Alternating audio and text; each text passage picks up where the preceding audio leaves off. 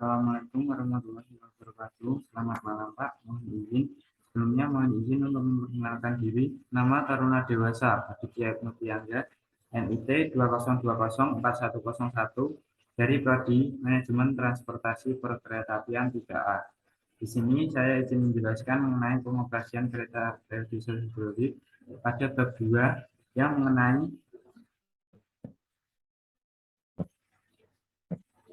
peralatan operasi KRDH. Pengertian pengoperasian. Pengoperasian KRDH adalah suatu kegiatan yang berawal dari persiapan administratif, baik administrasi umum maupun administrasi teknik.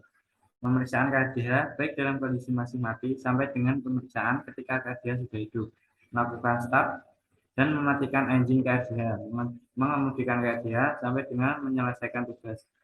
Jadi pengoperasian di sini adalah mengoperasikan dari KRDH engine dingin sampai dengan KRDH tersebut menyelesaikan tugasnya dari stasiun asal ke stasiun tujuan ataupun sebaliknya. Peralatan untuk mengoperasikan kereta rel diesel hidrolik adalah berada pada kabin masinis, dengan tujuan agar semua peralatan ini bisa dikerjakan dan dilihat oleh masinis.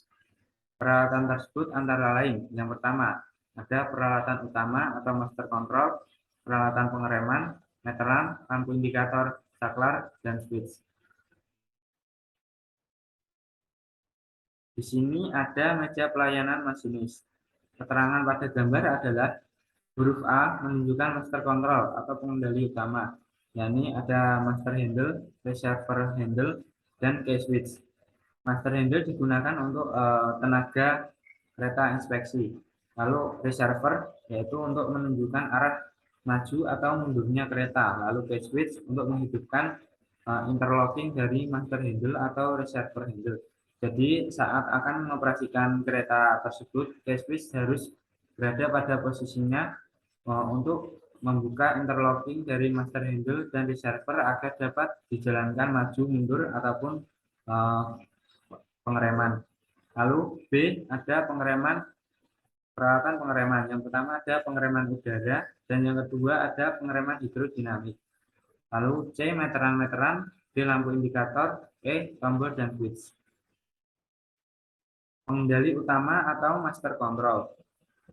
Master control pada kereta rel diesel hidrolik adalah beberapa peralatan yang digabung menjadi satu peralatan yang terletak pada meja pelayanan masinis. Peralatan tersebut adalah satu peralatan yang berfungsi sebagai A. Pengatur tenaga, pengatur pengereman, dan peralatan deadman. Tombol tersebut ada pada traction demand command, yaitu untuk pengaturan tenaga dari kereta, pengaturan pengereman, dan tombol deadman. Lalu selanjutnya, cara pengoperasian. Yang pertama, sebagai gagang tenaga. Apabila master control kita fungsikan sebagai gagang tenaga, gagang ini harus digerakkan ke arah depan. Gagang tenaga mempunyai 4 tingkatan tenaga, yaitu dari tingkat 1 sampai tingkat 4. Makin besar tingkatan atau makin jauh gagang tenaga digerakkan, maka tingkat tenaga semakin besar pula. Ini adalah gambar dari gagang tenaga. Jika diarahkan ke depan, maka tenaga yang dihasilkan akan semakin besar pula. Lalu selanjutnya ada gagang sebagai pengereman hidrodinamik.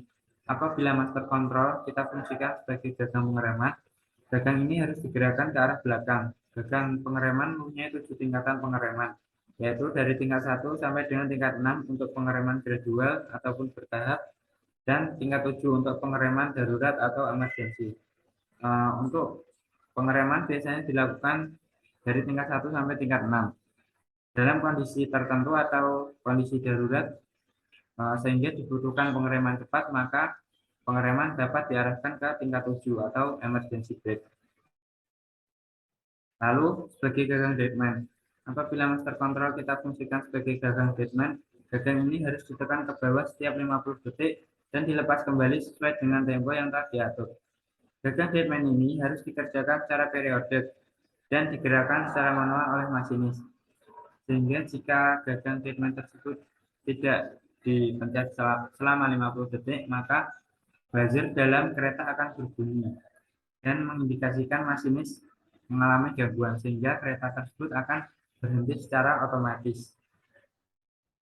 Lalu ada pembalik arah atau reversing handle. Peralatan ini mempunyai fungsi sebagai pengatur arah gerakan dari kereta, yaitu ke arah maju, arah mundur, ataupun netral. Peralatan ini mempunyai 3 posisi, yaitu maju atau forward, netral O, ataupun mundur R. Lalu yang kelima ada kunci kontak atau T-switch.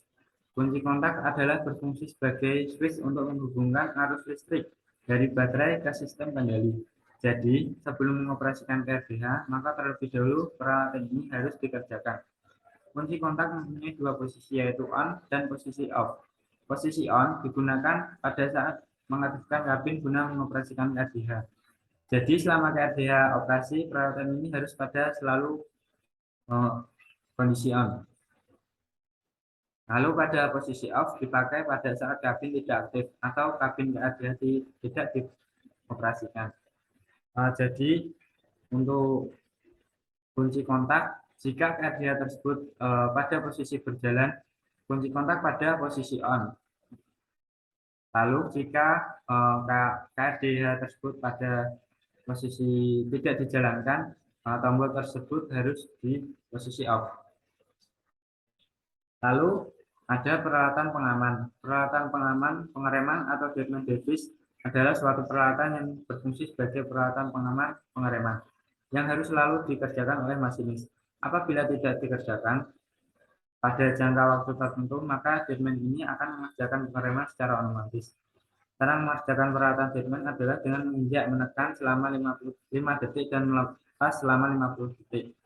Ada 2, yaitu tombol deadman, pedal deadman. Pada umumnya untuk deadman pada lokomotif biasanya yaitu pedal deadman. Namun untuk KAI sendiri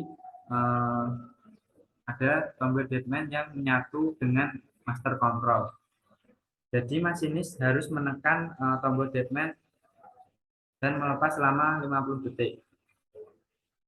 Ini berfungsi untuk agar masinis dalam kondisi siap. Jika deadman tidak dipencet, maka indikasi bahwa masinis mengalami gangguan dan kereta akan berhenti secara otomatis seperti yang telah dijelaskan pada slide di atas tadi. Lalu ada peralatan pengereman. Peralatan pengereman terdiri dari 2, yaitu pengereman udara, pengereman hidrodinamik. Peralatan pengereman udara tekan. Peralatan pengereman meliputi beberapa peralatan, di mana masing-masing peralatan mempunyai fungsi dan kegunaannya. Adapun jenis peralatan pengereman tersebut antara lain yaitu yang pertama automatic brake valve atau gagang pengereman udara, dan yang kedua adalah emergency brake valve atau katup pengereman darurat. Automatic brake valve atau gagang pengereman udara. Posisi tersebut adalah posisi pengisian, posisi jalan, posisi netral, posisi pengereman, dan posisi pengereman darurat atau emergency. Posisi pengisian. Untuk mencapai posisi ini, pergerakan gagang pengereman berlawanan arah jarum jam sampai habis. Posisi ini digunakan ketika KRDH hidup dan mengisi udara pada sistem pengereman. Setelah kebutuhan tekanan udara tercapai, yaitu brake yang menunjukkan tekanan 5 bar. Yang kedua ada posisi jalan atau running. Posisi ini digunakan pada saat KRDH berjalan dan tidak memerlukan pengereman. Jadi selama dalam perjalanan normal tidak perlu melakukan pengereman. Letakkan gagang pengereman pada posisi running. Lalu yang ketiga ada posisi netral. Pada posisi ini katup main reservoir dan brake pipe tertutup sehingga brake pipe tidak bisa digunakan ataupun terblokir. Posisi ini digunakan apabila kabin tidak dioperasikan dan ditinggal. Lalu yang selanjutnya ada posisi pengereman atau application. Posisi ini digunakan pada saat melakukan pengoperasian pengereman, yaitu dengan menggerakkan gagang searah jarum jam. Posisi pengereman dimulai dari minimum application sampai dengan maksimum application, yaitu pada posisi kira-kira 22 derajat setelah lap sampai dengan 54 derajat berikutnya. Lalu penggunaan pengereman ini disesuaikan dengan kebutuhan masinis. Yang kelima, posisi pengereman darurat atau emergency brake. Pengereman darurat digunakan ketika kereta memerlukan pengereman dengan reaksi yang cepat. Posisi ini berada pada daerah setelah full application sampai dengan kira-kira 18 derajat berikutnya, yaitu dengan cara menggerakkan gagang pengereman berlawanan arah jarum jam setelah full aplikasi.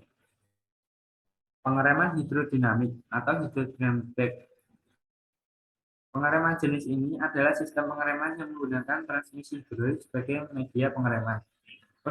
Posisi gagang pengereman hidrodinamik mungkin 7 tingkatan, yaitu tingkat 1 sampai dengan 6 pengereman bertahap atau gradual. Sedangkan tingkat yang ketujuh adalah pengereman darurat atau emergency. Untuk biasanya pengereman dilakukan dari tingkat 1 sampai tingkat 6. Namun pada kondisi tertentu diperlukan pengereman tingkat 7 dalam keadaan darurat. Parking brake. Jenis pengereman parkir adalah termasuk jenis pengereman pneumatik. Pada saat keadaan hidup dan rem parkir tidak dikerjakan, maka silinder rem akan terisi udara sehingga menekan gas pada tread brake, sehingga blok rem terlepas dari roda yang berakibat rem terlepas. Akan tetapi, bila rem parkir dikerjakan, udara yang ada pada silinder rem akan terbuang sehingga pegas kembali mendorong rem menekan roda dan berakibat rem bekerja. Jadi saat rem parkir dikerjakan, udara yang pada silinder akan terbuang. Jadi pegas tersebut akan terpental ke depan untuk mendorong roda sehingga roda tidak dapat berputar kembali. Lalu yang selanjutnya ada meteran. Yang pertama meteran udara tekan atau manometer udara. Peralatan ini untuk mengetahui tekanan udara pada beberapa peralatan, antara lain yang pertama, tekanan udara pada tangki utama atau main reservoir. Bila tekanan udara jarum merah pada main reservoir sudah mencapai maksimum, maka governor kompresor bekerja dan mematikan kompor kompresor, sehingga tidak menghasilkan udara tekan. Dan sebaliknya, apabila tekanan pada main reservoir sudah mencapai minimum, maka governor kompresor akan mengerjakan motor kompresor, sehingga kompresor akan bekerja lagi dan memompa udara kembali, sehingga udara tersebut akan naik kembali. Lalu, tekanan udara pada pipa udara pengereman atau brake pad. Tekanan udara pada brake pad ditunjukkan pada jarum warna putih. Penunjukan tekanan udara brake pad 5 bar. Pada saat brake pad pada posisi rilis, dan tekanan pada brake pad akan turun kurang dari 5 bar ketika pengereman dikerjakan. Pada saat brake pad dilakukan pengereman bertahap atau gradual braking, penurunan tekanan udara ini apabila telah mencapai 3,2 bar, maka akan berhenti atau tidak bisa turun lagi. Lalu yang ketiga ada tekanan udara pada silinder atau brake cylinder. Tekanan udara pada silinder rem ditunjukkan pada jarum warna hitam. Penunjukan tekanan udara silinder sebesar 0 bar. Pada saat brake valve pada posisi rilis dan maksimum sebesar 3,2 bar. Ketika pengereman dikerjakan, manometer ini mempunyai range penunjukan sampai dengan 10 bar. Ini adalah tabel-tabel dari posisi brake, main reservoir, brake pad, dan brake cylinder. Lalu ada dalam posisi rilis, pada posisi service, dan emergency. Yang selanjutnya ada meteran tegangan listrik atau voltmeter. Peralatan ini berfungsi untuk memantau tegangan arus listrik yang dihasilkan oleh alternator. Menunjukkan voltmeter ini mempunyai range sampai dengan 40 volt. Lalu ada meteran arus listrik atau ampermeter. Peralatan ini berfungsi untuk memantau arus listrik yang dihasilkan oleh alternator. Menunjukkan ampermeter ini mempunyai range sampai dengan 100. Lalu yang keempat, meteran bahan bakar. Peralatan ini berfungsi untuk memantau persediaan bahan bakar pada tangki bahan bakar. Penunjukan pada meteran ini untuk memberi informasi bahwa persediaan bahan bakar dalam tangki kosong atau E, isi setengah, dan isi penuh atau full. Penunjukan kecepatan atau speedometer. Peralatan ini berfungsi untuk memantau kecepatan kereta api agar sesuai dengan kecepatan yang diinginkan atau kecepatan yang tercantum dalam aturan pengoperasian. Jadi, speedometer ini sangat penting untuk para masinis agar dapat memantau kecepatan kereta yang digunakannya. agar sesuai dengan batas kecepatan yang diizinkan dan sesuai dengan SOP dari yang dikerjakan. Lalu ada lampu indikator. Peralatan yang bisa diindikasikan oleh lampu tersebut antara lain adalah peralatan pintu kanan buka, pintu kiri buka, footstep kanan kerja, footstep kiri kerja, master control 1 on, master 2 control on, master control 1 gangguan, master 2 control gangguan, baterai, rem parkir kerja, treatment kerja, engine kerja ataupun engine mati. Lalu selanjutnya ada saklar dan tombol. Saklar dan tombol ini berfungsi untuk mengerjakan beberapa peralatan kendali seperti di bawah ini ya. Yang pertama ada saklar lampu. Saklar lampu ini berfungsi untuk mengerjakan beberapa fungsi lampu antara lain penerangan ruang penumpang, penerangan kabin masinis, dan lampu sorot. Yang kedua ada tombol pembersih kaca yang terdiri dari tombol wiper dan washer, tombol pintu, yakni tombol pintu kiri, pintu kanan, tombol footstep, footstep kiri, footstep kanan, dan yang selanjutnya ada tombol klakson atau semboyan 35 untuk membunyikan semboyan ketika terdapat semboyan 8K pada suatu lintas. Lalu ada tombol pengatur sirkulasi udara, tombol pengatur suhu udara atau AC, tombol engine stop, tombol reset, tombol baterai, dan tombol lampu semboyan atau semboyan pada saat malam hari. Sekian presentasi dari saya. Kurang lebihnya saya mohon maaf. Assalamualaikum warahmatullahi wabarakatuh.